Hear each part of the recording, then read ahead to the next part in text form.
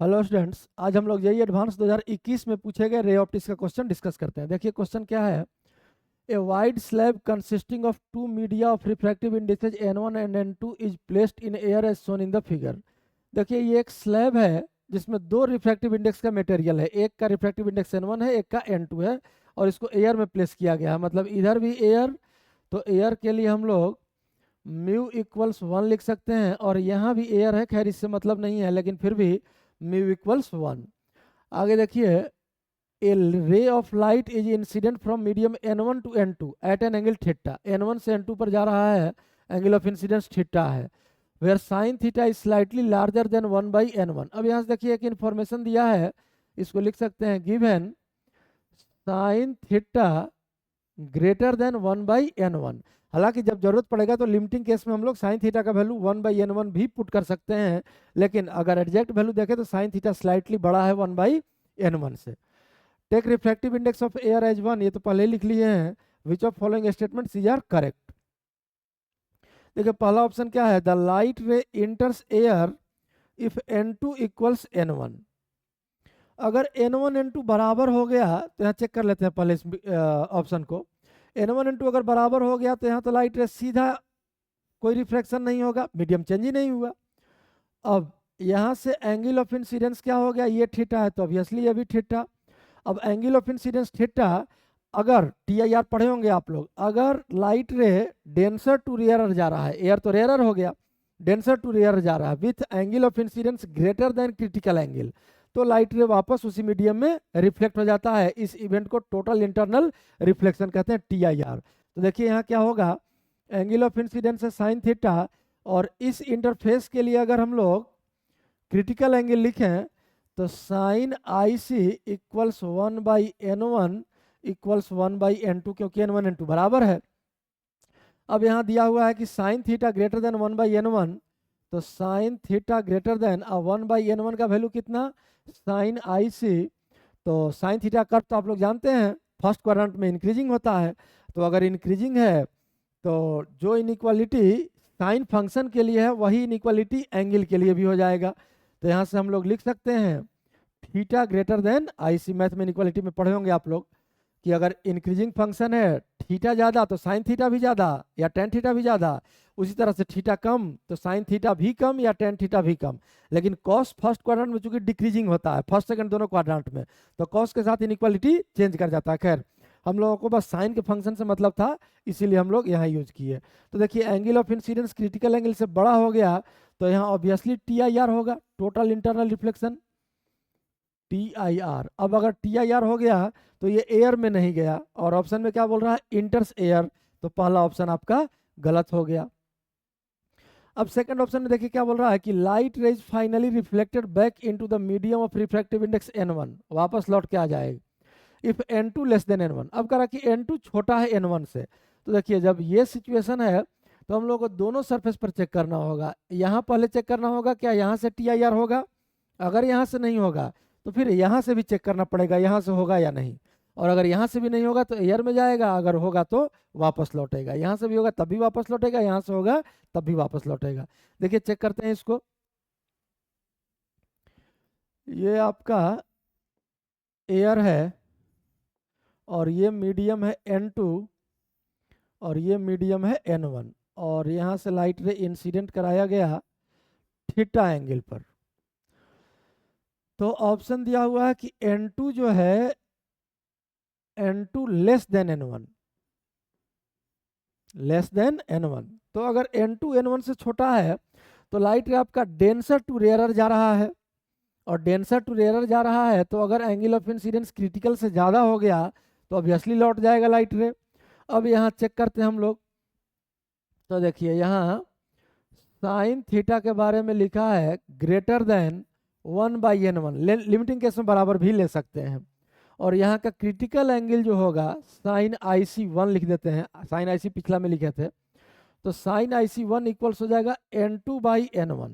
अब देखिए यहाँ साफ साफ दिख रहा है कि n2 बाई n1 जो होगा ये बड़ा है 1 बाई n1 से, क्यों, क्योंकि डिनोमिनेटर सेम है तो न्यूमरेटर जिसका ज़्यादा वो वैल्यू ज़्यादा, और रिफ्रैक्टिव इंडेक्स हमेशा फ्री स्पेस के रेस्पेक्ट में लेते हैं और 1 से बड़ा ही होता है, तो n2 1 से तो बड़ा ही होगा, तो n2/n1 ग्रेटर देन 1/n1। अब देखिए n2/n1 को हम लोग साइन IC लिख सकते हैं, और ये ग्रेटर देन हो गया 1/n1 को लिमिटिंग कंडीशन में साइन थीटा लिख सकते हैं, और तब यहाँ से कह सकते हैं IC ग्रेटर देन थीटा, मतलब एंगल ऑफ इंसिडेंस कम हो गया क्रिटिकल एंगल से। IC1 लिए हैं, तो यहाँ TIR नहीं होगा। अगर TIR नहीं होगा और ये डेंसर टू रेयरर जा रहा है, क्योंकि n2 कम है, तो ये नॉर्मल से थोड़ा दूर भागेगा, इधर भागेगा। ये एंगल ऑफ रिफ्रैक्शन मान लिए फाई, तो इस सरफेस के लिए एंगल ऑफ इंसिडेंस हो गया फाई। अब यहाँ देखते हैं, यहाँ के क्रिटिकल एंगल से अगर साइन फाई बड़ा होगा तो यहाँ से लौटेगा, क्योंकि यहाँ से तो नहीं रिटर्न हुआ, यहाँ से TIR नहीं हुआ। खैर चलिए, अब हम लोग एक काम करते हैं, स्नेल्स लॉ लगाते हैं हम लोग यहाँ इस सरफेस के लिए। तो स्नेल्स लॉ अगर आप लगाएंगे तो इक्वेशन हो जाएगा आपका n1 sine theta equals n2 sine phi. अब यहाँ से हम लोग साइन थीटा को सॉल्व करते हैं, तो साइन थीटा इक्वल्स आ गया आपका n2/n1 इंटू साइन फाई। और देखिए ये जो इनइक्वालिटी गिवन है क्वेश्चन में, ये इनइक्वालिटी गिवन था, दिया हुआ था sine theta greater then 1/n1। अगर ये इनइक्वालिटी यूज कर ले 1/n1, तो ये देखिए n1 और ये n1 कैंसिल हो गया, और n1 कैंसिल होने के बाद यहाँ क्या बच जाएगा फाइनली देखिए, तो sine phi greater than 1/n2। n2 यहाँ डिनोमिनेटर में गया, क्रॉस मल्टीप्लीकेशन। अब 1/n2 इस सरफेस के लिए, n2 और एयर के लिए, एयर का म्यू 1 है, यही हो गया आपका क्रिटिकल एंगल। इसको हम लोग लिख सकते हैं साइन IC2 इस सरफेस के लिए, यहाँ के लिए क्रिटिकल एंगल n2 से एयर के लिए।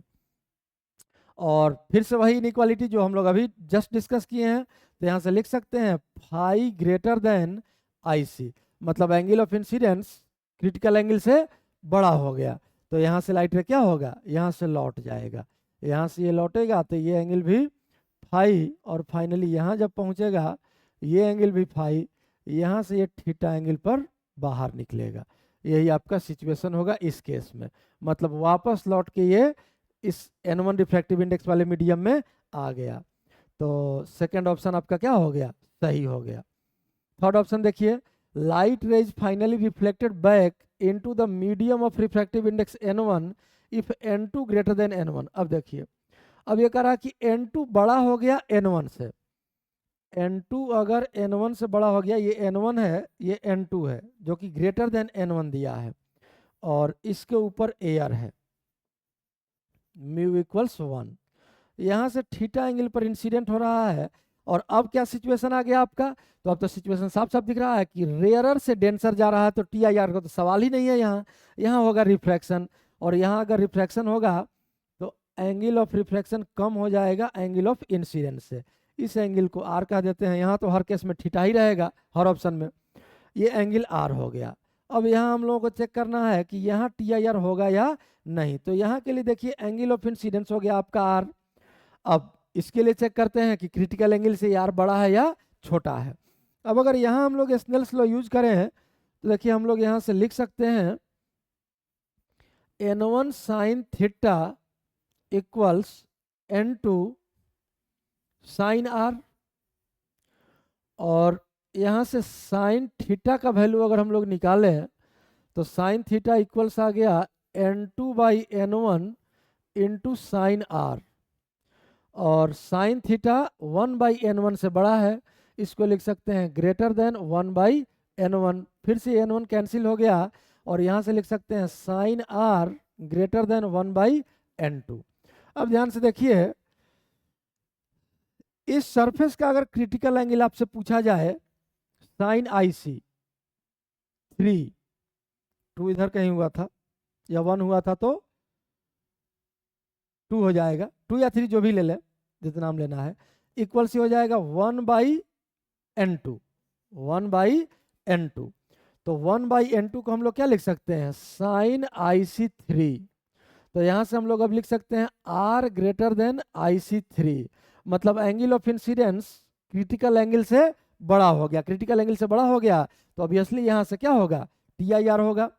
टोटल इंटरनल रिफ्लेक्शन, यहाँ से वापस रे लौट के यहाँ आएगा, ये एंगल भी आर, तो ये एंगल भी आर, और फाइनली ये यहाँ से थीटा एंगल पर n1 मीडियम में आ जाएगा।